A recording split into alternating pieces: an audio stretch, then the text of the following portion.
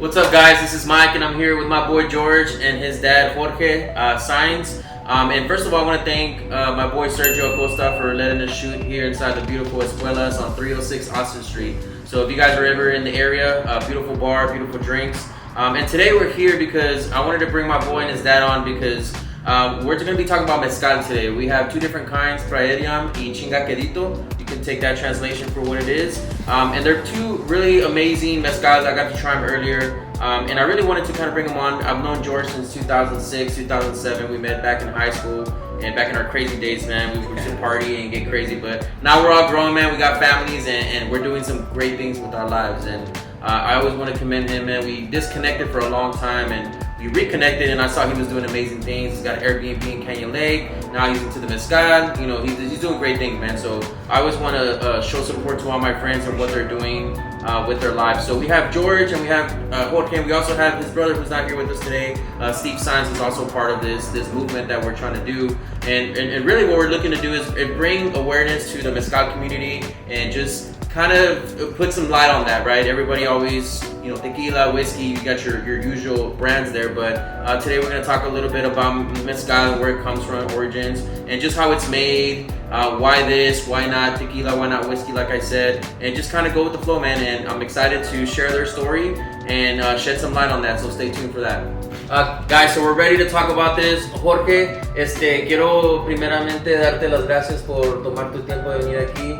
Sé que pues a lo mejor estás muy ocupado, pero como te digo, Jorge es un gran amigo mío y pues quiero también ayudarlos, ¿verdad? En este proceso. ¿Nos puedes decir más o menos tu historia, de dónde vienes, de dónde eres, cómo estuvo todo esto del mezcal? Dinos un poquito de eso. Con todo gusto, Mike. Primeramente, muchas gracias de nada, por claro que sí. molestarte. No, nada de molestias. Aquí estamos para ayudar más. Con todo gusto. Mira, Mike, soy nativo de Lerdo, Durango. Mis hermanos y yo somos de La Laguna y inmigramos a Estados Unidos hace muchos años. Algunos todavía estamos aquí. Sin embargo, el placer de disfrutar un buen trago, como un buen mezcal, un buen sotol, que es de la región también de Durango, o un buen tequila, es de familia. Entonces, a través de los años he tenido la oportunidad de vender con diferentes empresas en México, por un par de empresas, diferentes espíritus en México, y en Estados Unidos, en California, tuve el gusto de trabajar con una compañía vendiendo mezcal. El mezcal es una bebida mágica y hasta hoy me tiene impresionado. Y así está el mercado. En este momento, en Estados Unidos, hay un boom comercial por el mezcal. Sin embargo, es importante que nuestros compañeros sepan y las personas sepan, el público, que existen diferentes clasificaciones de mezcales. Por eso estamos aquí. En realidad, Jorge, mi hijo Steve y yo nos juntamos con el objeto de promocionar precisamente lo que le llaman en Estados Unidos top shelf. El mezcal de máxima calidad. Y estamos hablando de mezcal ancestral. ¿Qué significa mezcal ancestral?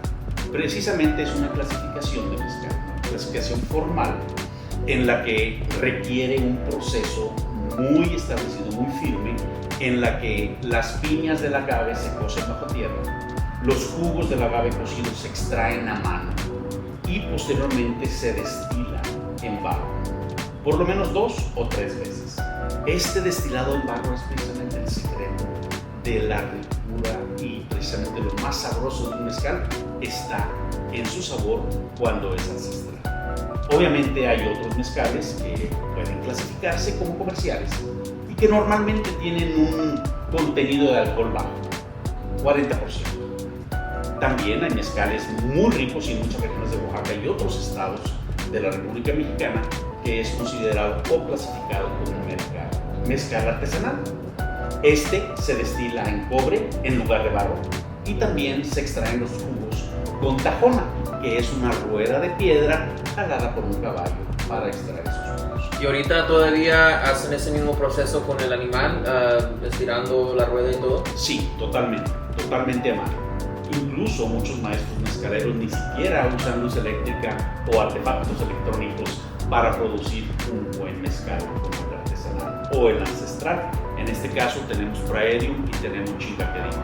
Nuestros dos maestros mezcaleros son de una región única, en mi opinión, en Oaxaca, que se llama Santa Catarina Minas, Oaxaca.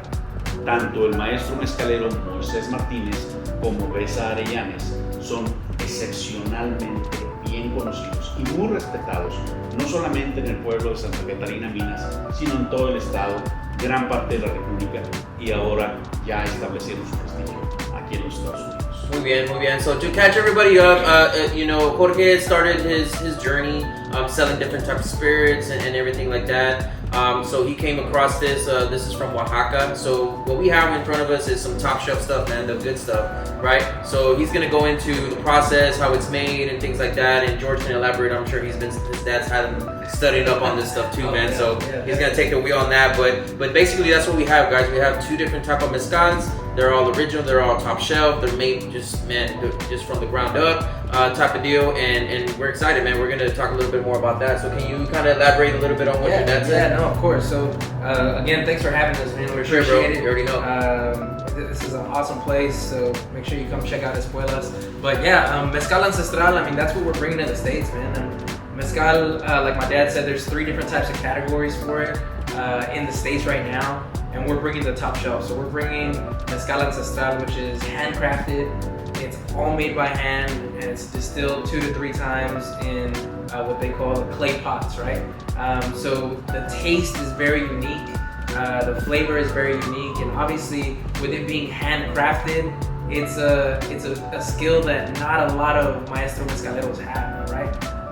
So before bringing these 2 brands, I mean, we did a lot of research, and like my dad said, he's been in the industry for a long time, right? So he's an expert, man. I'm just learning, but obviously spirits is a big thing for us. It's big because we like to celebrate with the family with it, right? So going back to Mezcal Ancestral, Chingaquedito and Praedium, these mezcaleros have 11 generations. Chingaquedito, he's been making mezcal for 11 generations, and Praedium's been making it for about 4 generations. So when you say making it, so do they own this land, and do they own a big farm of agave, or what is it that how do they get access to this product? Yeah, no, that's a great question. So yeah, these guys own their own palenques in Santa Catarina Minas, Oaxaca, which is again known for its minerality. They actually call Santa Catarina Minas La Cuna del Mezcal, which is the crib of the mezcal. It's where it was born, right? Yeah, which is pretty cool. And again, it's known for its minerality. So these guys have their own palenques. They have their own land. They actually, correct me if I'm wrong, buy the agaves from other people that have their own farms, right? And some of them are actually wild agaves. Like our Marteño is a wild agave. It's one that you can't really actually grow yourself, right? So they just go out and find something and start chopping away or something? La riqueza del mezcal precisamente encuadra en el hecho de que no solamente es un agave que se plantó y se cosechó, sino se utilizan agaves silvestres de la sierra. Y obviamente hay diferentes fuentes de adquirir esos agaves. Muchos maestros mezcaleros tienen sus propios terrenos donde ellos los cultivan o tienen sus propias parcelas silvestres donde crece solo. Pero también existe lo que le llama el comercializador, que es el magueyero, la persona que se dedica solamente a ir a la sierra a cortar magueyes silvestres y los vende a los diferentes clientes que él tiene, que son los maestros mezcaleros. Entonces sí hay diferentes fuentes. Entonces lo toman, ¿verdad? Y luego ellos van y lo venden a la persona que le interesa ese producto en particular. Muy bien, ok. Háblanos primero un poquito de el primero que viene siendo el Praedium, right? Este dice espadín y el otro dice espadín tobatiche. Yep. So, ¿qué significa eso? ¿Qué es la diferencia?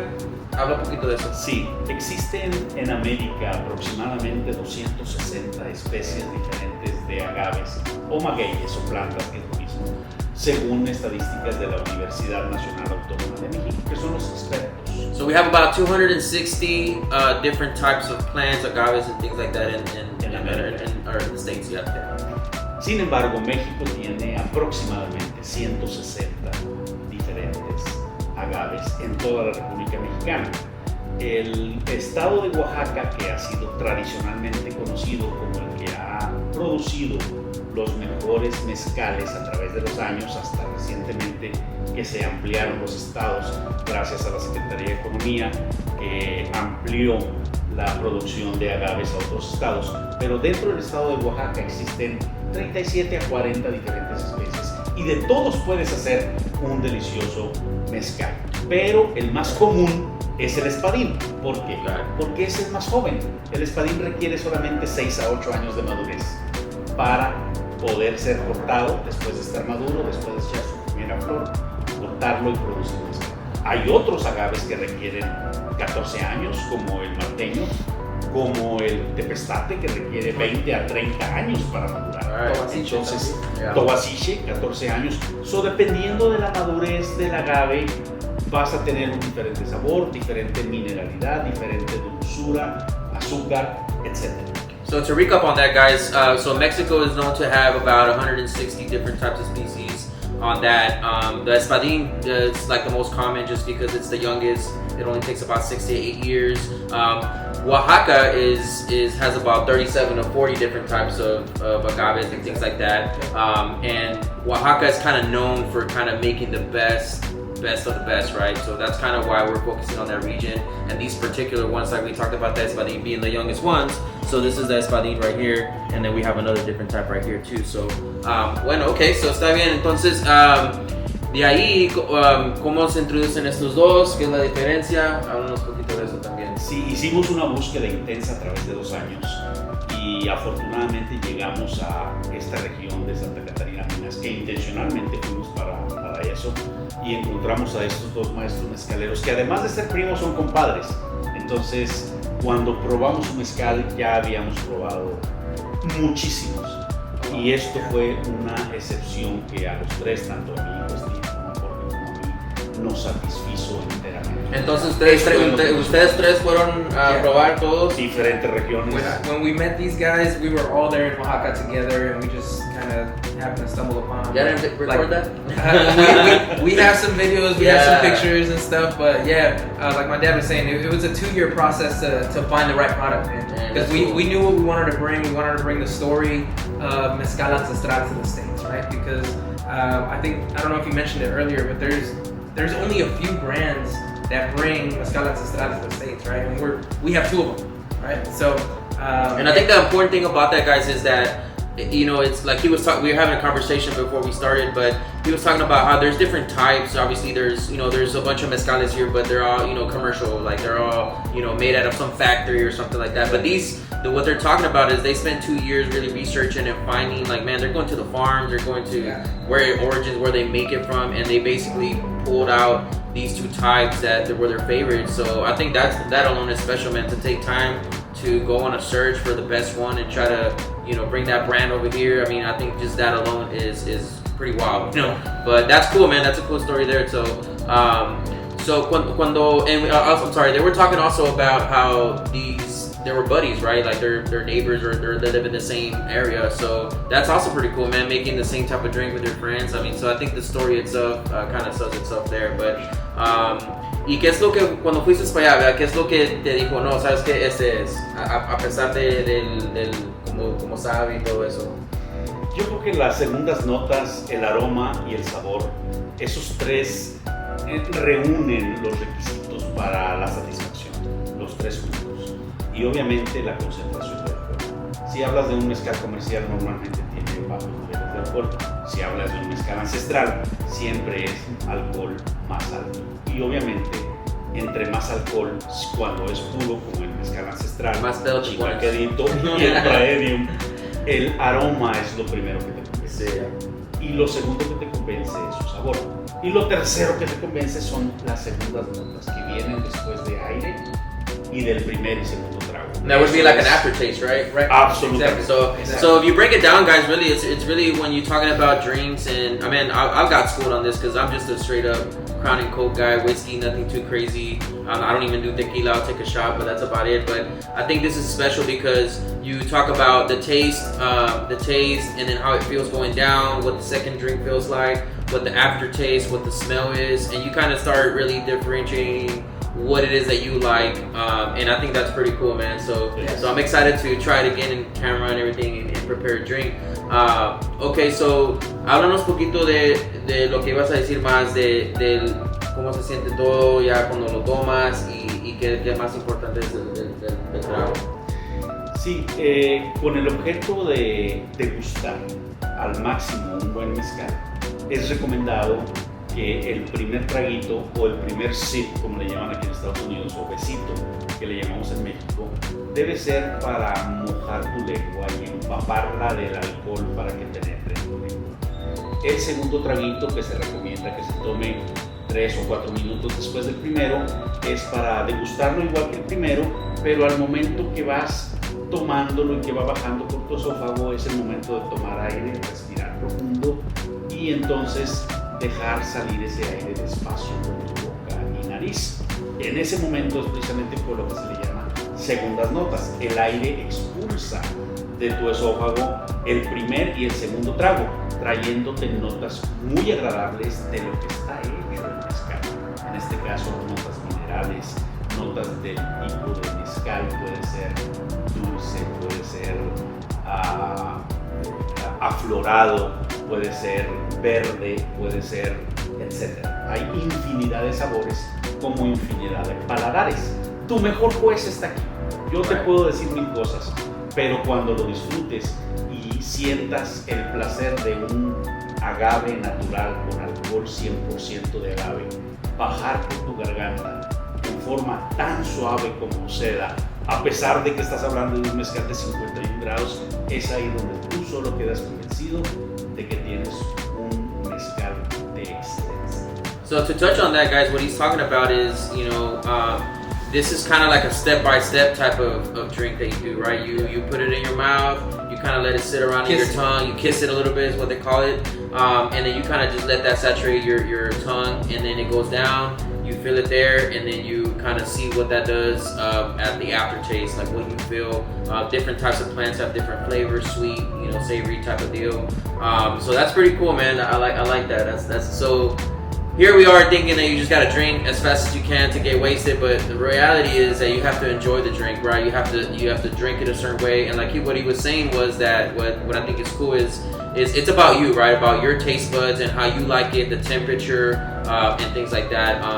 The ancestral is usually more strong than the commercial grade, so just watch out for that. So don't go too heavy on it. But what else do you want to touch on there? Yeah, no, I mean I think it's important to touch on the fact that there's 30 to 35 to 40 different agaves in Oaxaca, right? Because again, everyone has a different palate, and everyone is gonna like different things, right? You might like a sweeter mezcal, and I might like a spicier mezcal, right? So that's the beauty of mezcal, right? There's a saying, tequila is a type of mezcal, but mezcal is not a type of tequila, right? Nice. Because it's made from agave, but it's not mezcal, right? Or it's not tequila. Mezcal is not tequila. And I actually looked it up a little bit. So really, the main difference between your tequila and your mezcal is the process.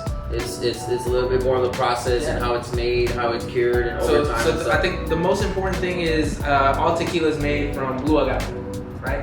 And it's made from blue agave because it's similar to an espadín, right? It takes maybe 5 to 7 years for a blue agave to mature, to cut, and start over. And you can plant it anywhere, right? Similar to an espadín. So that's why espadín is, you find it everywhere. You find a mezcal espadín anywhere, commercial, ancestral, or artesanal, right? But everything else that we bring, a tobasiche or a marteño, again, 14, 12, 16-year plants. There's 25-year plants that take, and when I say 25-year-old plants, is they're in the ground for that amount of time before they mature, before they can cut it and make it into a mezcal, right? So Obviously, the different types of plants have different types of flavors, right? You'll get the spiciness, you'll get a sweetness, you'll get a floral, you'll get an earthy green taste. So that's the beauty of mezcal, is every mezcal is different, and there's one out there for everyone. Right? And I think what I'm getting out of this is that that's something that you don't get from like the commercial side of the mezcal. Is you're not getting that freaking 25-year-old plant that was out in the desert and cured over time, and I think that's going to be the biggest difference in taste, right? So I'm definitely excited to try it, man. I want to see kind of how you guys drink it. I'm not a big mezcal drinker, but maybe after today you might change my mind. But Absolutely. We'll definitely check it out. We'll prepare some drinks, and talk a little bit more about what makes these two special for you guys. And man, I'm excited for that. So. Great. The beautiful thing is right behind us we have a bar, so we're just gonna go right over to the bar. We got some ice. We got my boy Jesse back there. He's gonna hook it up, and we're gonna try it. So stay tuned for that, guys.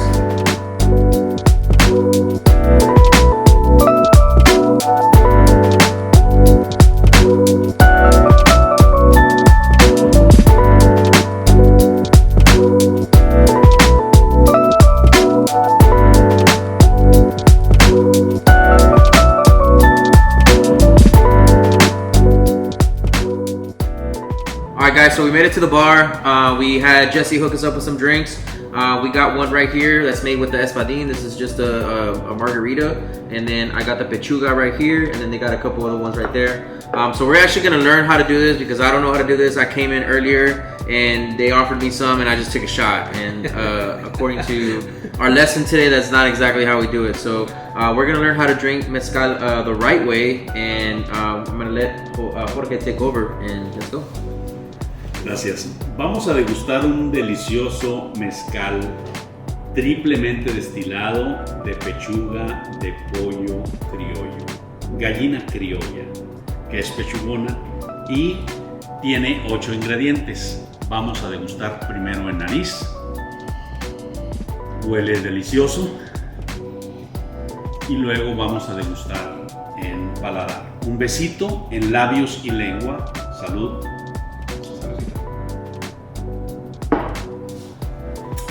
So what my dad says is we're trying a pechuga, right? A pechuga has 8 different ingredients in it. It's distilled a third time, again in clay pots. And there's what type of chicken is it? What is it called? Criolla. A criolla chicken that hangs in the distillation process to give it some of the chicken flavors. So the first thing you want to do when you're drinking a mezcal is kiss it. You want to kiss it, let it run in your mouth, let your tongue taste it.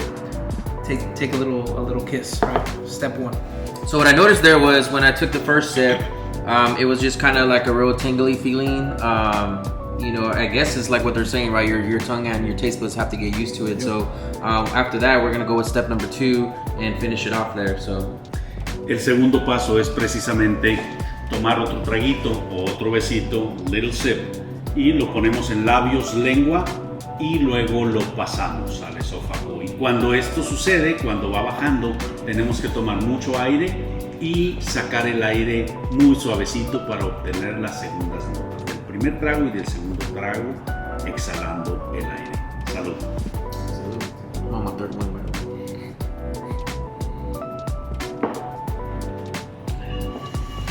So on the second one, you want to take a little bit more. Once you take the second little sip, take a deep breath. That's going to release the second notes of the mezcal. So you're going to get more of the chicken flavors and the pechuga specifically. You'll get more of the fruit flavors that's in the distillation process as well. Wet adobe. And wet adobe, of course, yeah. Cool, yeah, so I noticed that drink, obviously I feel the burn down my whole esophagus like he was saying. But yeah, man, pretty awesome. That's crazy. Very different than the shot that I took earlier. The shot that I took earlier just went in. Yeah, it's down there somewhere. You get to taste it, right? To taste it, and again, everyone has a different palate, so it's a beautiful thing. Man, so I picture this type of drink, man. I'm a big like backyard barbecue kind of guy, so I feel like this is the type of drink that you're like relaxing at home. Maybe you got something in the pit, in my case. and just kind of sipping with your friends, chit-chatting, maybe having a couple cigars or something, I don't know, but it's definitely more of a let me drink it slow kind of drink, so I think that's pretty cool, versus just coming in and hammering shots, so that's special for me. Okay, ¿qué es lo que sigue de ahí? ¿Ya te lo sigues tomando? De ahí sigue la borrachera. Oh my God, so you get drunk after that, basically, you said. Eso significa que en Oaxaca lo primero que te dicen es que el mezcal te va a hacer experimentar una borrachera mágica. ¿Okay? Y es cierto, en Estados Unidos se está descubriendo, porque en México lo conocemos por cientos de años, pero en Estados Unidos tiene prácticamente 12 años en el mercado. Y la borrachera que produce el mezcal es mágica. Te produce sentimientos que no son iguales a ningún otro espíritu. No se compara con tequila, no se compara con whisky, no se compara con coñac ni con vodka. Tienes que experimentar la borrachera del mezcal, pero con responsabilidad, porque el sentimiento es mágico. You always gotta be safe. Yeah, safe. Drink responsibly, but what my dad's saying is mezcal it's a different type of drunk, right? It's a happy drunk. It's not something that you'll experience when you drink tequila or when you drink bourbon or whiskey or whatever you're drinking. It's different, and it's something that everyone should definitely experience for sure. So, ¿cómo se compara al siguiente día, verdad? Porque eso es realmente lo que la gente en veces cuando toma su tipo de, the hangover, right? So, ¿cómo ves este tipo de mezcal y este tipo de trago al siguiente día cuando, por ejemplo, si me pongo bien borracho? ¿Es algo que me levanto y estoy bien o me lo siento o cómo que es? Es una muy buena pregunta, Mike, porque a pesar de que el mezcal ancestral es típicamente alto en contenido de alcohol, el alcohol del mezcal ancestral es totalmente puro y no tiene químicos, no tiene conservadores y no te produce lo que le llamamos la resaca, la cruda. Y eso lo hemos experimentado especialmente mis hermanos y yo, y he recibido muchos comentarios respecto a este punto en particular, porque sin tener químicos, sin tener preservativos y siendo un mezcal auténticamente 100% de agave, obviamente no te produce cruda. Excepto que lo mezcles con cosas muy azucaradas y te excedas, obviamente te va a producir cruda como cualquier otro espíritu, pero el mezcal ancestral no te produce cruda. Nice. So we're talking about a type of drink that you can literally, it's 100% proof, and I think the alcohol in this one is like 51%, 52, yeah, so something like that. These will range anywhere from 50 to 51 and a half ABV, which is about 100, 102 proof. But again, 100% organic agave, right? There's no additives, there's no sugars added. It's all natural, right? So there is really no hangover from it. And that's what I was asking, for those of you that didn't catch it, was what's it like the next day, right? Because that's what everybody worries about when you're looking at your type of drink. What does it feel like the next day? Am I going to feel groggy? And that's what he's talking about. There's no added chemicals. It's just 100% pure. And it looks like the type of drink that you can drink and have fun with. And really, after the third step, I mean, you just kind of go whatever your body can take, obviously drink responsibly, right? But that's kind of the sense that we're getting here. Now, if you say, hey, Mike, well, I don't like to drink my stuff straight. I like it cold. I like it savory. Well, we made a margarita out of it. So we're going to dip into that right now and check that out. Y cuando tomas así ¿es igual la misma proceso o es más ya cuando lo mezclas ya lo tomas como tú quieres? Sí, mezclado obviamente es más suave, es un poquito más dulce y a cada quien tiene su gusto, lo puedes tomar como tú quieras, lo puedes combinar como tú quieras, hay 1000 combinaciones y disfrútalo porque de todos modos el mezcal tiene un sabor muy natural que te va a encantar, mezclado o solo. Nice, so definitely, obviously, once you start adding stuff into it, this is just a lime margarita. I mean, obviously, it just goes down a little bit different. But definitely, I can see this, like, after 2 of these, I'm probably done. So, but definitely awesome, man. I like it. I'm definitely going to try it. I'll definitely caught myself a couple bottles and see where that goes. But, ¿qué más nos puedes decir? ¿Otra cosa o...? Que sí, absolutamente. El mercado en los Estados Unidos para mezcal ancestral es muy amplio. Creemos que estamos en la oportunidad de colocar y posicionar en el mercado de Estados Unidos un gran mezcal, porque obviamente este es un mercado que tiene cabida para todos. y especialmente para productos de alta calidad con una buena concentración de alcohol natural. Y el mezcal está creciendo como loco en Estados Unidos. Entonces, So what we're doing, guys, is basically bringing awareness to the mezcal drink that, you know, maybe it's not the most popular, but it has an increasing market. I think California said that he's from California, and it's pretty huge over there. So they're bringing it over to Texas. So speaking of that, where can we find it? Where can we get this? ¿De dónde lo podemos surtir? Háblanos, ya estás en tiendas, de correrías, ¿en dónde mero estás? Yeah, so here in San Antonio, we're at Alamo City Liquors. Any restaurant or bar can talk to Frank over there at Alamo City and hook you up. Yeah, he's a big mezcal fan. He's a big fan of Radium and Chingaquedito, so check him out for sure. Awesome. So yeah, you know, Alamo City Lakers carries it. I'm gonna talk to my boy Sergio, see if we can get that at Espuelas or a social spot if you guys are ever in the area. I'll definitely tag my boy George. That way, if in case you want, I mean, I'll probably pick some up for some closing gifts. So some of my clients may get that. But yeah, definitely, it's an interesting drink. Very different than what I'm used to. Like I said, I'm more of a whiskey guy, but definitely something different to keep on in your pantry or wherever you keep your drinks at. Aside from that, man, I'll tag George just in case you do want to reach out to him and get yourself, you know, probably personal delivery by my boy. Yeah, so, for sure. I'm sure we can ship it. I'm sure we can get it to you however. And yeah, man, so we'll definitely keep in touch with George and this journey, man. I'm so excited. I'm so blessed to just have the opportunity to shed some light on this, man. And we have a little brochure. Make sure you follow us on social as well. Mezintez, which is our company name. So Mezintez stands for Mezcal Internacional Designs. Nice. We put it That's all awesome, together bro. Branding, into love one little name. Shout out to Steve for that one. Good job, man. But yeah, make sure to follow us. If you guys have any questions on recommendations of mezcal, how to drink it, what you want, hit us up. So I'll definitely be posting some information, again, on where to get it, how we can get it to you if you want to try it, and definitely excited. And again, thank you, Jorge. Mucho gusto en conocerte. Un placer, señor. Un placer. My boy George, Thanks man, for having always, us. man. Thanks for having us. This is awesome, man. I love doing this stuff for my friends, and we're just having a good time, man. And I appreciate everybody tuning in. We'll definitely have more things coming to y'all. So if you guys own a business or want to shed light on something that you're doing that you think is special in the community, let me know. I'll come out free of charge. We just do this to support each other, and man, we're all looking to grow. We're all looking to do things for the family. So cheers to everybody, and Salud. until next time. Saludcita.